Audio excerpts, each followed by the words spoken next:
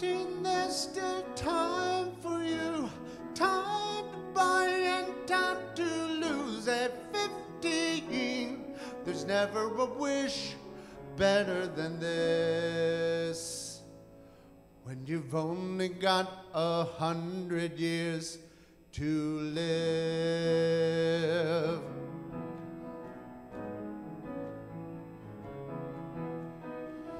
I'm 33 for a moment, still a man, but you see I'm of age, a kid on the way, babe, a family on my mind. I'm 45 for a moment, still is high, and I'm heading into a crisis, chasing the years of my life. 15, there's still time for you, time to buy and time to lose yourself within a morning star. 15, there's still time for you. 15, there's never a wish better than this. When you've only got 100 years to live, as time goes by, suddenly you're wise, another blink of an eye. 67 is gone, the sun is getting high, we're moving on.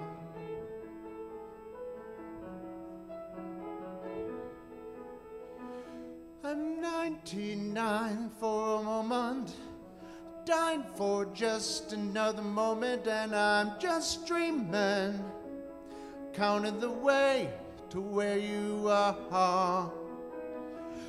15, there's still time for you. 22, I feel it too. 33, you're on your way. Every day's a new day. Ooh, ooh, ooh, ooh, ooh.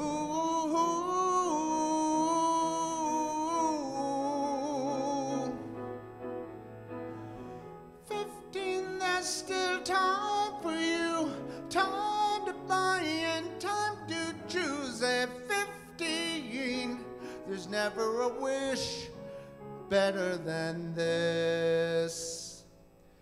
When you've only got 100 years to live.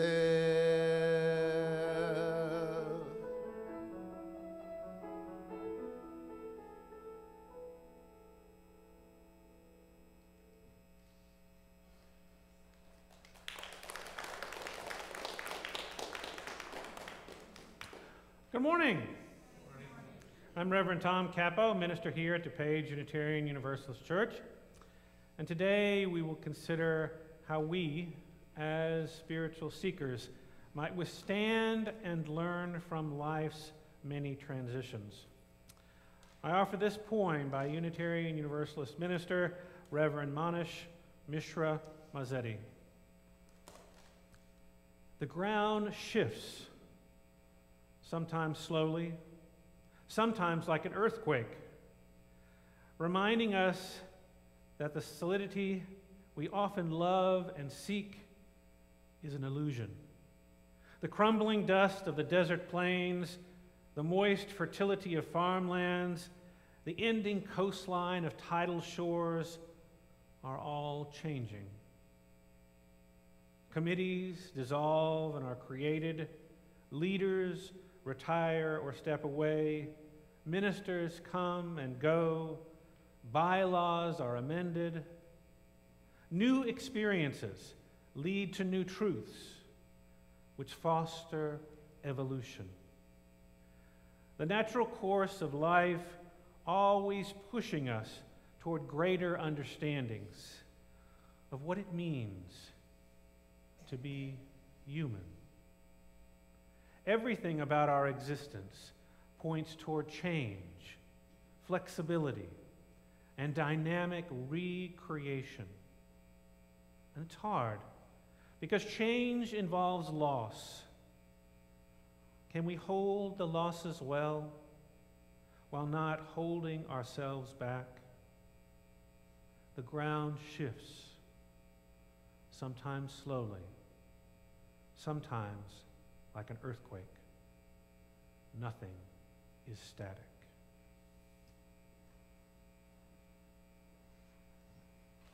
I invite you to join me by rising in body or spirit and saying our mission statement, which is printed in your order of service and projected to my right.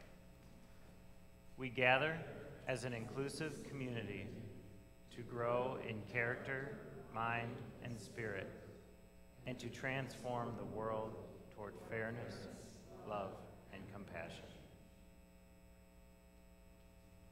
Let us join together in singing hymn 354 in the gray hymnal. We laugh, we cry. Again, the words will be projected to my right.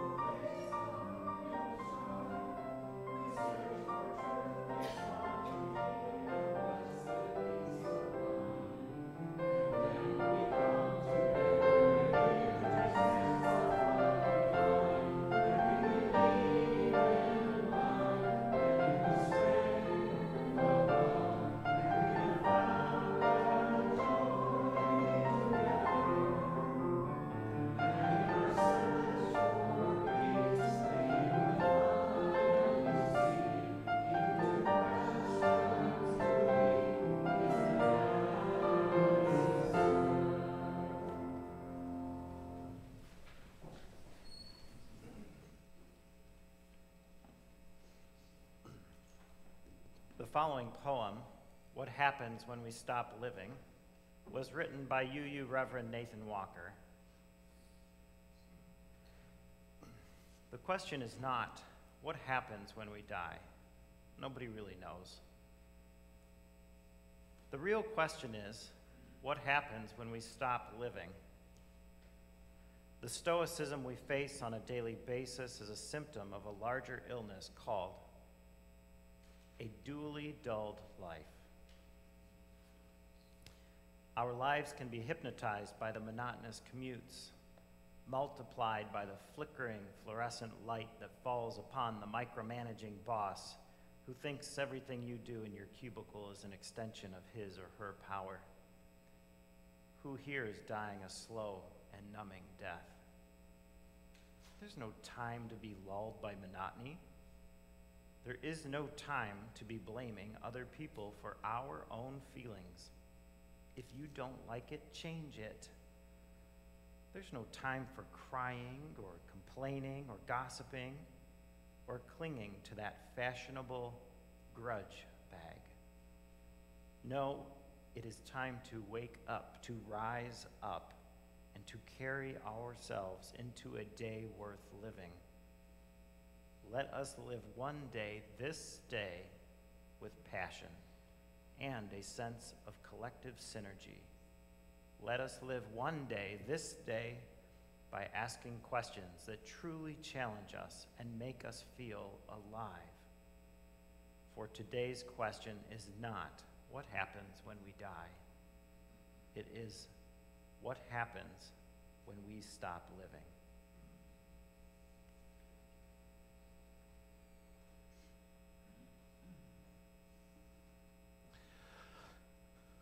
The following prayer is adapted from prayers by Unitarian Universalist ministers Reverend Julia Hamilton, Reverend Lynn Cox, and Reverend Amy Zucker Morgenstern. I chose to develop this meditation from these three prayers because they all speak with different voices of facing life's transitions. So I invite us into a time of prayer, meditation, reflection, to be fully present here and now, in this sacred time, in this space, with ourselves, with each other, and that which is larger than ourselves. Spirit of life, remind us that we are not alone in history. Ignite us with courage. Remind us that we are not alone in entering the future. Anchor us with patience and perseverance. Remind us that we are not alone in our times of grief and pain. Comfort us with your Spirit, manifest in human hands and voices. Remind us that we are not alone in joy and wonder. Inspire us to honor and extend the beauty we find in this world.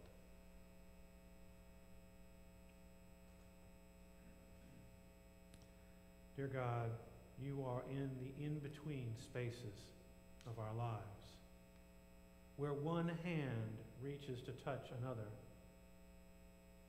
where eyes meet across the crowd and confusion and find understanding,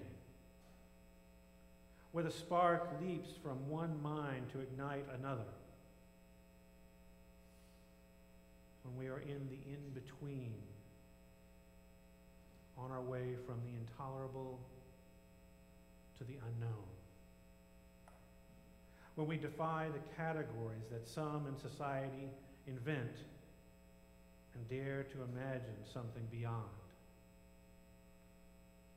when we seek others who are on a journey, on a threshold, on the margins, in the shimmering intersections of our lives, when we listen to the possibilities whispered within and step into mystery with trust, with fear, with trembling, May we find peace, for we dwell in sacred space. Spirit of hope, settle into our bones this morning. Remind us once again that the dawn light is never a gamble. If there ever was a sure bet, it is the sunrise. Even stones crumble, even grief changes and shifts, and death is a mystery that is certain but not solid. But hope is like the sunrise eternal, and bone bred within us. We are creatures built by the sunshine, and cannot carve this hope out of our bones if we tried, and yet people have tried to entomb the light, tried to seal off the morning, but still the sun rises and calls her children into bloom. Always, she says, always I will return, so don't despair. All is not lost. Amen. Namaste. And blessed be.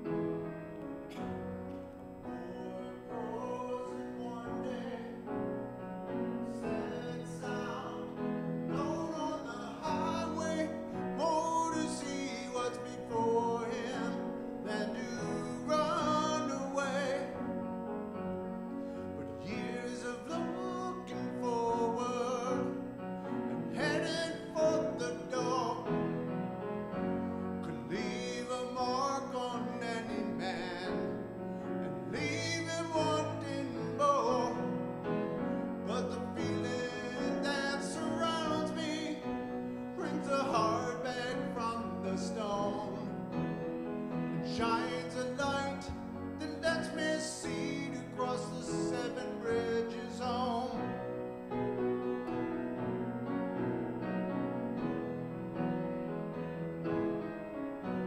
Now life's sometimes a battle. You just try to get what you're after. A world full of stories you won't live to tell. Going on is all we know, like rivers always flow. Still, seems the years just fly right past, while the days go by so slow.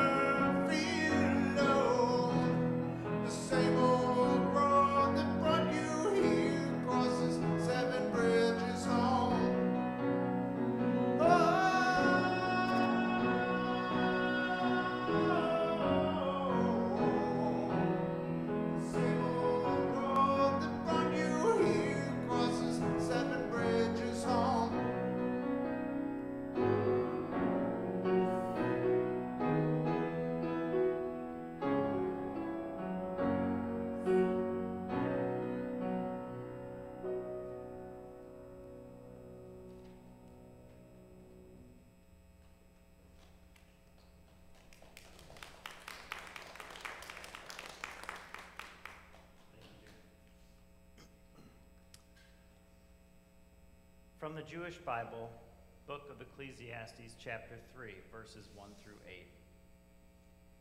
There is a time for everything, and a season for every activity under heaven, a time to be born, and a time to die, a time to plant, and a time to uproot, a time to kill, and a time to heal, a time to tear down, and a time to build, a time to weep, and a time to laugh, a time to mourn, and a time to dance, a time to scatter stones, and a time to gather them,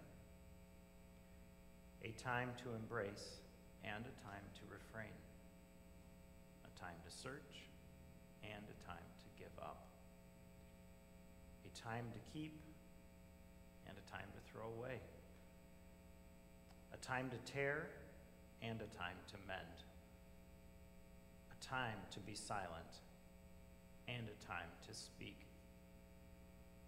a time to love, and a time to hate, a time for war, and a time for peace.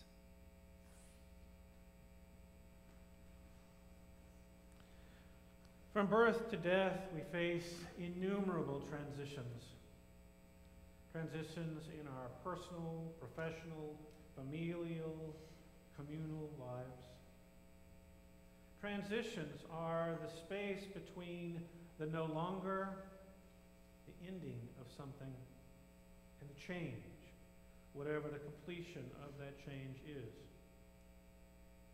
How we manage those in-between spaces can affect our mental, emotional, physical, and spiritual health. I preached on this about 2 years ago, transitions. But recently, in this age of Trump that we live in, I've been seeing that people are having more difficulty managing these in-between times. This may be because our emotional resources are taxed by the political situation we find ourselves in.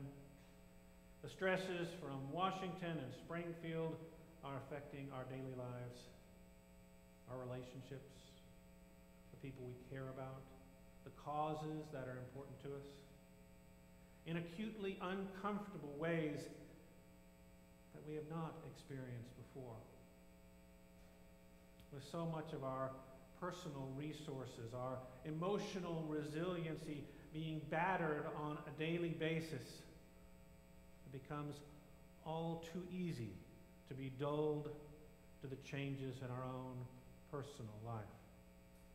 Our own personal in-between spaces become lost under the onslaught of greater uncertainties. So I thought I would talk again today about life's transitions. Perhaps we all need, myself included, a little reminder that difficult times are transitory, that we have people to support us as a ground beneath our feet as the ground seems to shift, and that we've all faced transitions in the past and successfully found our way through them. One more thing. For each turning, each change, each transition, we each have an opportunity for growth.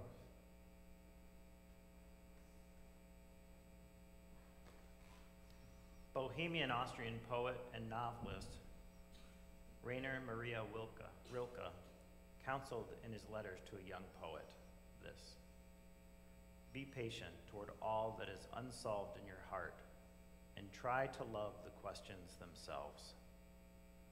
Live the questions now. Perhaps you will then gradually, without noticing it, live along some distant day into the answer.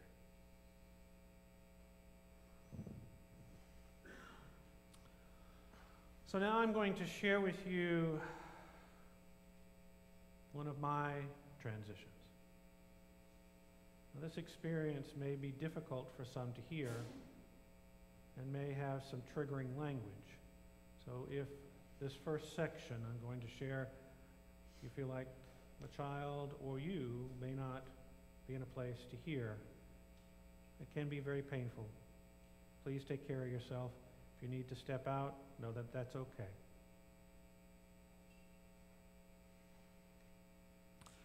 I grew up in an alcoholic home.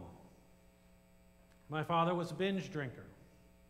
This means that he did not drink all the time. But when he drank until he became highly intoxicated. And when he was intoxicated, he would become a party animal, he'd fall asleep, or he would rage. And his rage was extremely frightening. I remember clearly once when he raged. It is embedded in my mind.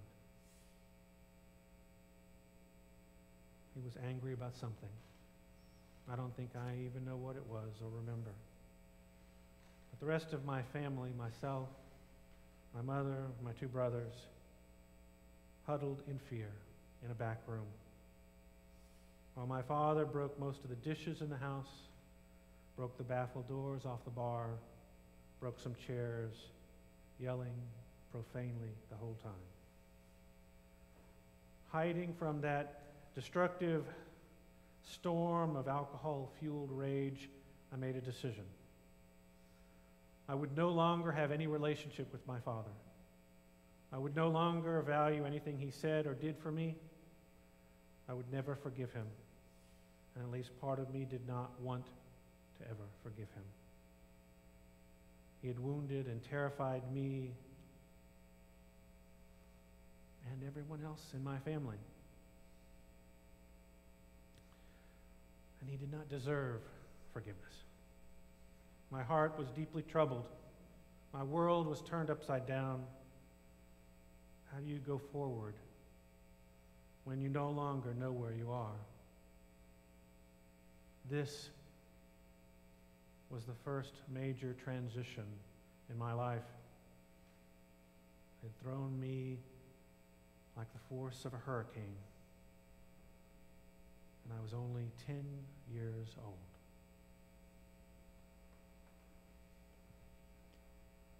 Prize-winning and best-selling author and journalist Nina George wrote, "Do you know that there's a halfway world between each ending and each new beginning? It's a bog. It's where your dreams and worries and forgotten plans gather. Your steps are heavier during that time. Don't underestimate the transition between farewell and new departure. Give yourself the time you need. Some thresholds are too wide to be taken in one stride." Transitions are not always changes in career or changes in our physical, psychological development or changes in the structures of our family. Sometimes transitions occur when we experience or have multiple experiences that change us in some way. An experience that impacts us in terms of our lives having a space of no longer and leaving us in this space of not yet. Not being sure where we're headed, how long it will take to get there, and often facing a threshold so wide we can't see where it ends. This in-between place can be like an unreachable itch that needs to be scratched, like something in a peripheral vision distracting us, or like an open wound, slow to heal. You know, I realize that not all transitions are painful or traumatic. Most are joyful. Weddings, financial independence, and exciting times in our lives when something changes. Perhaps, though, there are people here this morning who find themselves stranded on a seemingly endless threshold of not yet. Having been there, here is what I have to say to you. Share your thoughts. Share your feelings with those that you trust, those who love you, those who are willing to listen to you. And giving voice to that which is impacting your soul, you can gain some perspective, you can rediscover hope, you can deepen connection so that you have someone with you. And so you are not alone on that threshold. You don't have to stand in your bog alone.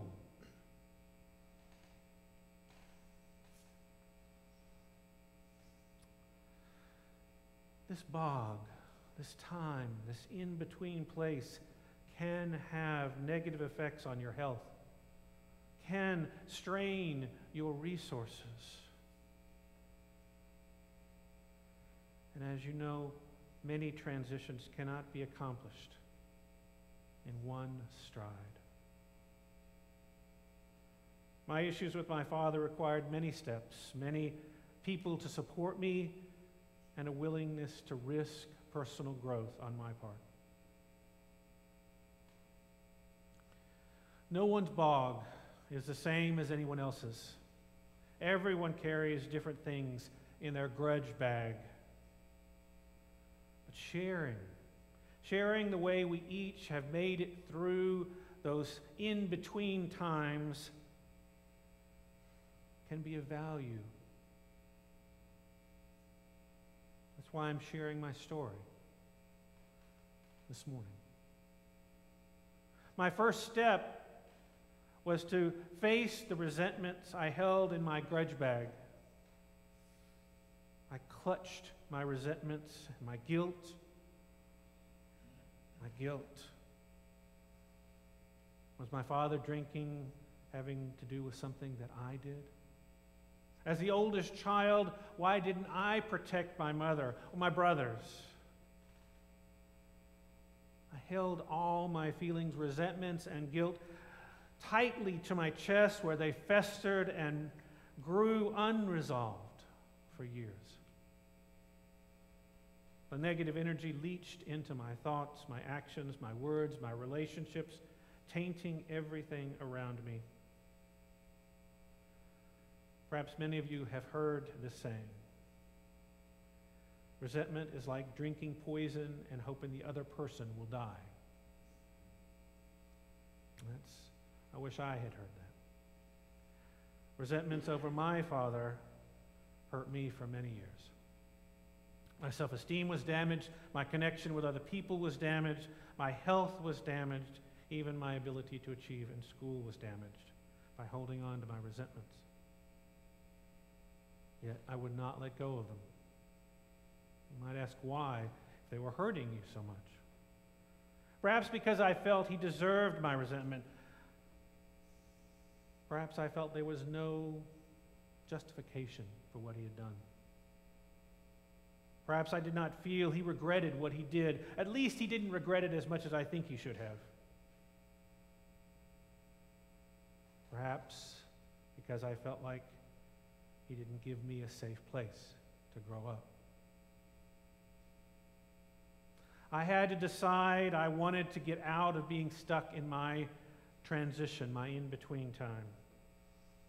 I chose to start walking out of my bog. I didn't want to feel the pain anymore. I wanted to stop feeling disconnected from all that we call here the interconnected web of all existence. And that meant I had to risk trusting someone besides myself. I had to take the chapter my father had written in the book of my life and rework it, reframe it, so that I could take my story back. Yet I knew that holding on to my resentment did have some dark advantages. There are perks for not moving on. Holding on to my resentments made me feel like I had some secret power or feeling of superiority over my father. My pain made me feel special. I was his victim, and people wanted to take care of me. In the middle of my bog of resentment, with no particular desire to move on, I was able to objectify my father, to treat him as an it, a nothing. And since he was a nothing, I didn't have to think about his feelings, his pain, of him, of someone that might need help. He was a thing. And I could do any hurtful thing I wanted because a thing doesn't have any feelings. And finally, at last, I was able to move on. To do it, I had to dump out my grudge bag, turn it upside down and shake it out, examine its contents, examine those painful thoughts and feelings. Psychotherapist Dan Carl says, forgiveness means releasing your emotions concerning injustices you've experienced. It means releasing the self-image of being a victim of unfair treatment and deciding to instead be a person who has grown through and beyond a serious challenge to your well-being. It means ceasing to replay events in your mind in ways that recreate your trauma, pain, or fear so that your ongoing experience of victimization can cease. I chose to upend my bag, to share it with those I trusted and loved, my wife, my friends, some of my colleagues in psychotherapy, and then, eventually, my father.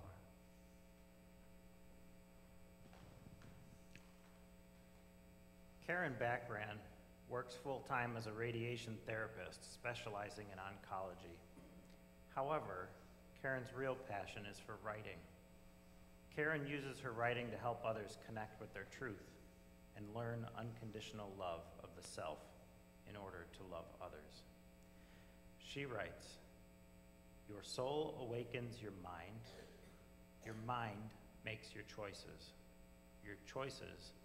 manifest your life is your lessons create wisdom, your wisdom enriches your soul."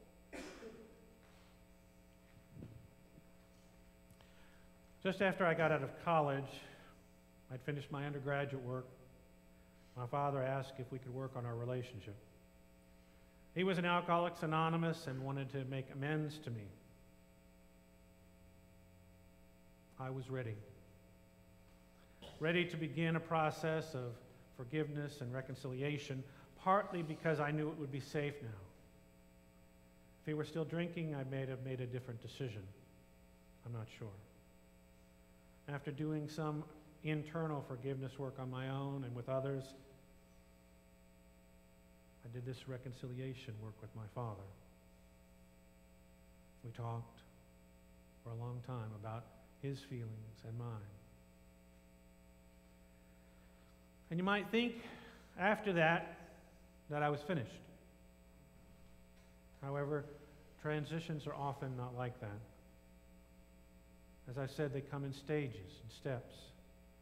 And sometimes we might not be aware that there are still steps yet to take.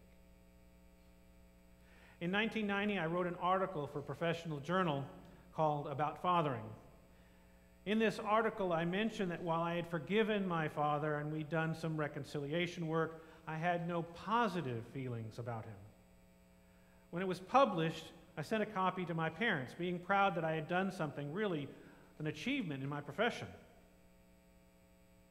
My father was quite hurt by the article and wanted to discuss my childhood and our relationship. We chose a time and place to meet and continued our discussions about my life and his. And we did some more forgiveness and reconciliation work. Soon after this meeting, I found myself remembering things, gifts my father had given me through my life, things that he had taught me that I realized I was valuing, things I had blocked or chosen not to see because of my resentments and guilt. I remembered how he stayed up late on Christmas night putting together the wonderful toys, train sets, forts, so many things. And then the next morning, we played together. And I remembered how he always helped me learn about my cars, how to take care of them, so that I would be independent. And I began to be more willing to listen to him, to turn to him at times when he had something I thought was worth saying, particularly about his expertise on cars and other things. It is this time he stopped being a thing to me. I was able to see him as a person. Your mind makes your choices manifest your life is your lesson, your lessons create wisdom, your wisdom enriches your soul. This is the process of moving through transitions in a healthy way. You make choices which manifest in no longers in your life. These choices manifest in your emotions, in your relationships, in your health, and in other choices that you make. Think of your life as a web made up of strands of no longers and new truths, of dynamic recreations and questions that make you feel alive. Each and every choice, each and every no longer offers you the opportunity to learn more about yourself, to learn more about others, to learn more about your resources. And with each and every learning, you grow in wisdom and your soul is enriched. Hold your losses well, my friends, but don't hold yourself back. Don't be lulled by monotony. Don't waste your precious time blaming other people for your own feelings. Wake up, rise up, and carry yourself each day into a day worth living. And so may it always be.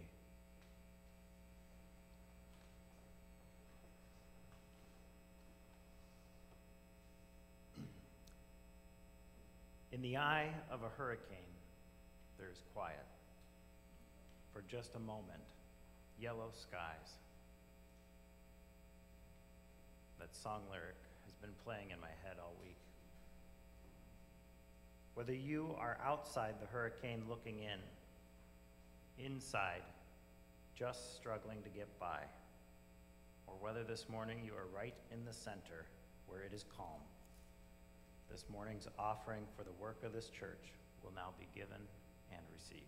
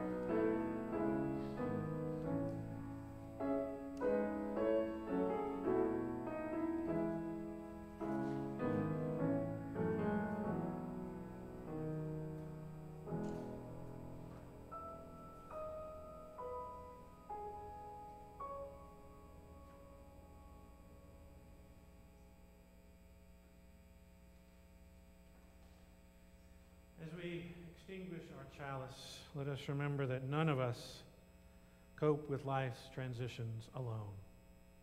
We are a community.